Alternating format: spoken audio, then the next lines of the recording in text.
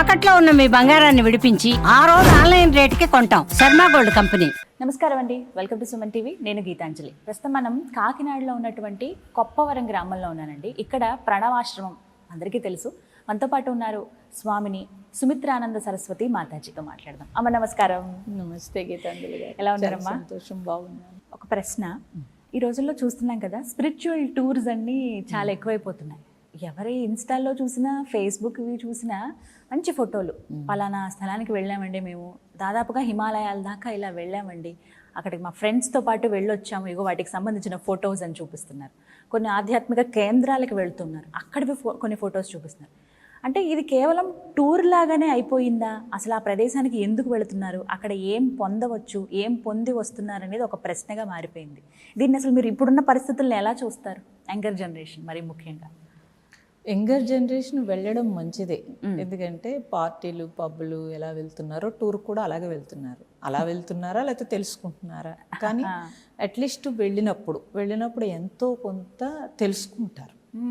ఎందుకనంటే వాళ్ళకి తెలిసిన ప్రపంచం ఒకటి, ఇలాంటి ప్రపంచం ఒకటి ఉంది అని హిమాలయాలకు వెళ్ళినప్పుడు ఇదొక ప్రపంచం ఉందని తెలుస్తుంది. ఇన్నర్ ప్రపంచం కదా అదంతా కూడా. ఆ వాతావరణము, అక్కడ ఉండే మహాత్ములు కానీ ఎవరినైనా ఒకవేళ వాళ్ళు దర్శించినా లేకపోతే చూసినా, అక్కడ ఉండే ఆర్కిటెక్ట్ డిజైన్తో అని వాళ్ళు అంటున్నారు కదా. ఆర్కిటెక్ట్ డిజైన్ కాదు, అది ఆగమ శాస్త్రము కదండి. టెంపుల్ అన్నీ కూడా ఆగమ శాస్త్రము, అదంతా ఒక సైన్స్. అంటే సైన్స్ అని అనకూడదు మనం, అసలు యాక్చువల్గా దాన్ని సైన్స్ అని అనకూడదు. మన సంస్కృతి, మన సంప్రదాయంలో కట్టుబొట్టు కాదు, అది మన సంపద.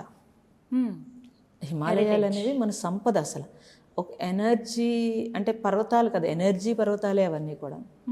మనం ఎనర్జీని తీసుకోవడానికి ఉండే పర్వతాల శ్రేణులు అవన్నీ కూడాను. అందుకని వెళ్ళడం, యంగ్ జనరేషన్ వెళ్ళడం చాలా మంచి మార్పు. అది బోర్ అనకుండా వాళ్ళు వెళ్ళడం మంచి మార్పు. ఎంత సంతోషము.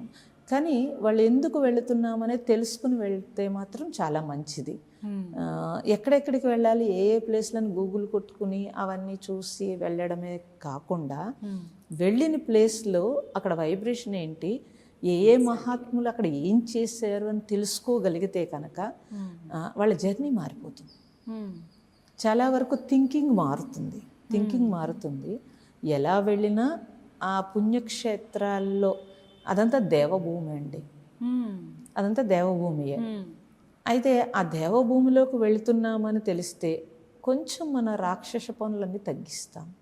అక్కడికి వెళ్ళి ప్లాస్టిక్ పడేసి, అక్కడికి వెళ్ళి మనము ఎలా పడితే అలా తినేసి, అక్కడికి వెళ్ళి ఏ ఫుడ్ బాగుంటుందో అవన్నీ అలా దానికోసం అయితే వెళ్ళాల్సిన అవసరం లేదు.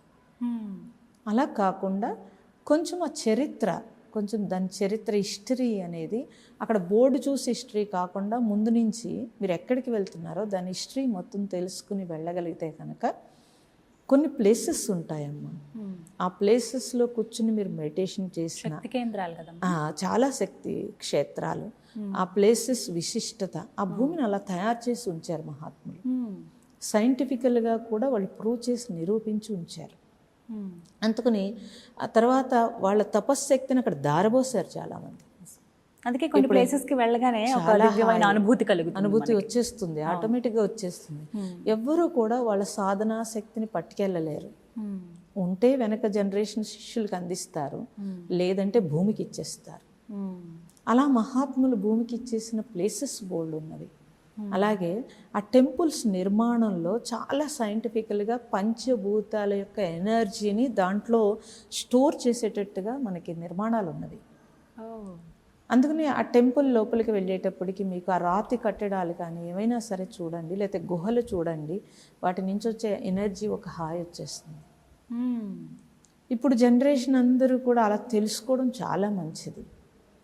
వాళ్ళకి ఇంకో ప్రపంచం తెలుస్తుంది. ఇప్పటి వరకు తెలియని ప్రపంచం. అంటే గదుల్లో కూర్చుంటారు, కాన్వెంట్లో చదువుకుంటారు, కాలేజీల్లో కూడా గదుల్లో ఉంటారు.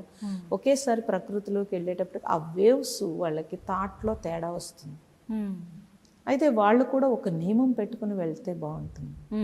నేను చాలా మందిని చూస్తున్నాను, యంగ్ జనరేషన్ని టూర్లు వెళ్ళారు అని అంటే వాళ్ళు చాలా నియమం పెట్టుకుని ఎక్కడ పడితే అక్కడ ఆహారం తీసుకోమని, మళ్ళీ నడుచుకుంటూ వెళ్ళడము, లేకపోతే దాన్ని ఒక చరిత్ర అంతా తెలుసుకుంటూ వెళ్ళడము చాలా ముచ్చటగా అనిపిస్తుంది.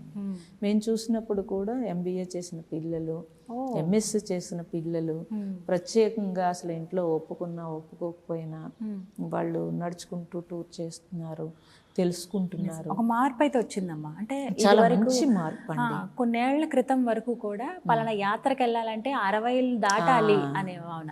ఇప్పుడు చెప్తున్నారు 60 దాటితే అసలు ఎక్కడికి కదలలేవు, వయసు ఉన్నప్పుడే అన్ని చూడాలని. అది మంచిది.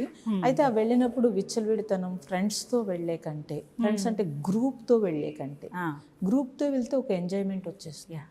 అలా కాకుండా కొద్దిగా 2-3 ఫ్రెండ్స్ కలిసి వెళ్ళడము, లేకపోతే అలా చూస్తే సేమ్ మైండ్ సెట్తో ఉన్న వాళ్ళు వెళ్ళడము, అలా వెళ్ళారనుకోండి మీరు నిశ్చితంగా పరిశీలించడానికి ఉంటుంది. లేకపోతే అక్కడే మళ్ళీ జోకులు వేసుకోవడం, మాట్లాడుకోవడం, కబుర్లు చెప్పుకోవడం, సెల్ఫీలు తీసుకోవడము, వీటి మీద దృష్టి ఉండే కంటే మీరు ఎప్పుడైతే కామ్గా ప్రశాంతంగా ఉన్నారో ఆటోమేటిక్గా వాళ్ళేమి పెద్ద యోగులు అవ్వక్కర్లేదు, అక్కడ ఉండే వైబ్రేషన్స్ ఆటోమేటిక్గా అందుకోగలుగుతారు.